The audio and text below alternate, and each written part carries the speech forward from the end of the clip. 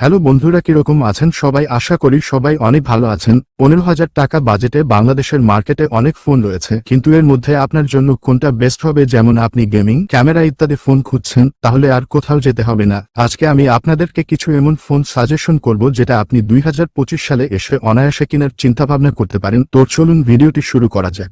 প্রথমে রয়েছে Xiaomi Redmi 12C।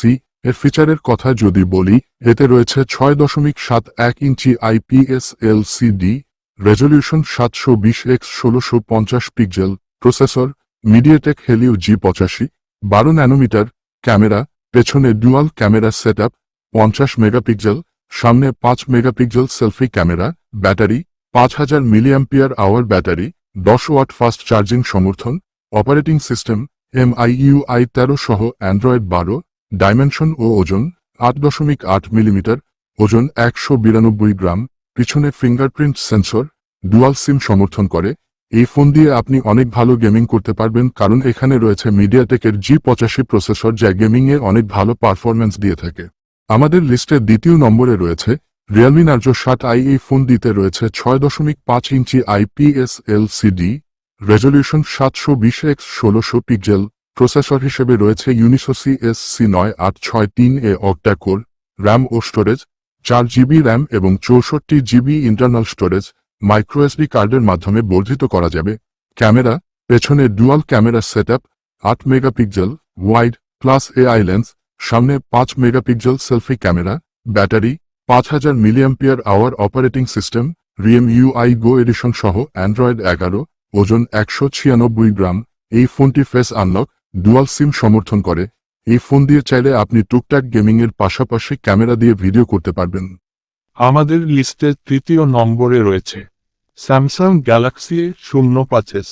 এই ফোনটিতে রয়েছে 6.6 ইঞ্চি পলস ICD ডিসপ্লে, যার রেজলিউশন 1080x2408 পিক্সেল। প্রসেসর হিসেবে রয়েছে Qualcomm Snapdragon 680 4G 6 nanometre. RAM ও স্টোরেজ 4GB র্যাম এবং 64GB ইন্টারনাল স্টোরেজ মাইক্রোএসডি কার্ডের মাধ্যমে বর্ধিত করা যাবে।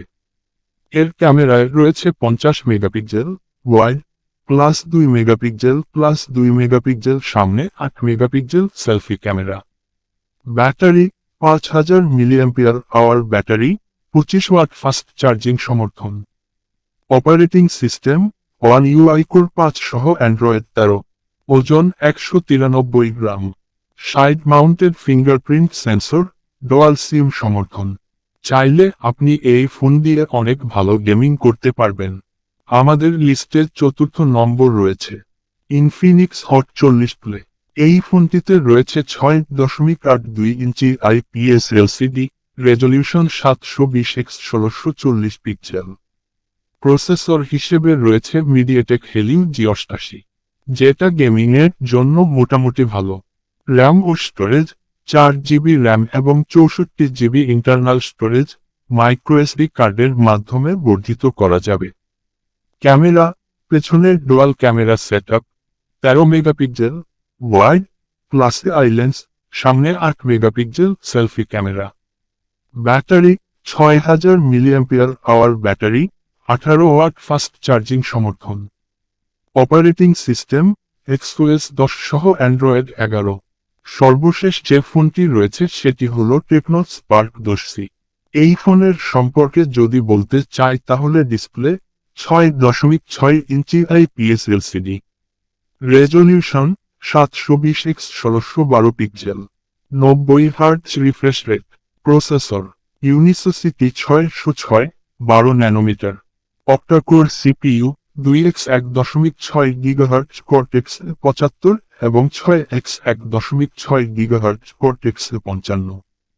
র্যাম ও storage 4GB 6GB RAM, 64GB 128GB internal storage, microSD card support 1 TB পর্যন্ত। ক্যামেরা পেছনে dual camera 16 megapixel wide AI camera, সামনে 8 megapixel selfie camera. Battery 5000 mAh, 18 watt fast charging. Operating system HiOS 8.6 সহ Android 12। Dimension ও ওজন 163.89x 75.39x 8.5 millimetre. অন্যান্য side mounted fingerprint sensor, dual SIM, USB type C. সর্বশেষে বলা যায় যে এটি বাজেটের মধ্যে একটি ভালো ফোন, বিশেষ করে যারা ভালো ডিসপ্লে ও ব্যাটারি পারফরম্যান্স চান। এই 5টি ফোনের মধ্যে স্যামসাং গ্যালাক্সি S05s এবং শিওমি রেডমি 12C একটু বেশি ভালো স্পেসিফিকেশন দিচ্ছে, তবে ইনফিনিক্স হট 40 প্লে এর ব্যাটারি ক্যাপাসিটি সবার থেকে বেশি।